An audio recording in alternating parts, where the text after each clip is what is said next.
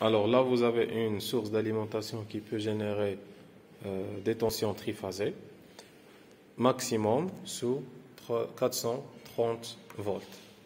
Alors là, vous avez le neutre, ça c'est la sortie du neutre.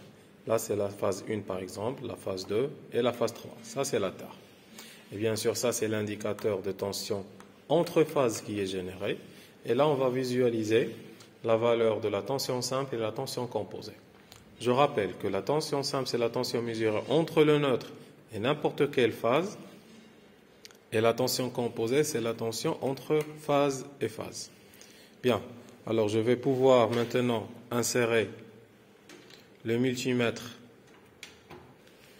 que je l'ai programmé bien sûr en tension alternative pour un calibre de 750 pour qu'il m'affiche bien sûr des valeurs maximum 750. Et moi bien sûr je vais visualiser par exemple le 220 380.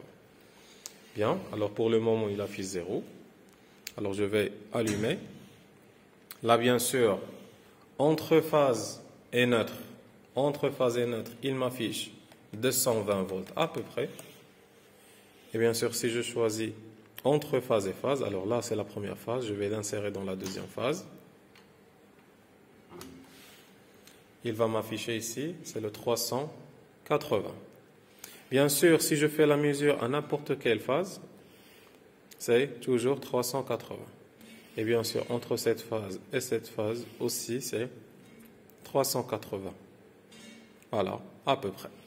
Bien sûr, et aussi entre n'importe quelle phase et neutre, ça c'est le neutre, entre n'importe quelle phase et neutre, c'est une tension simple, ça va être le 220 ici, par exemple entre le neutre et la phase 2, et bien sûr entre le neutre et la phase 3, c'est toujours la même tension qui est le 220 volts. Voilà.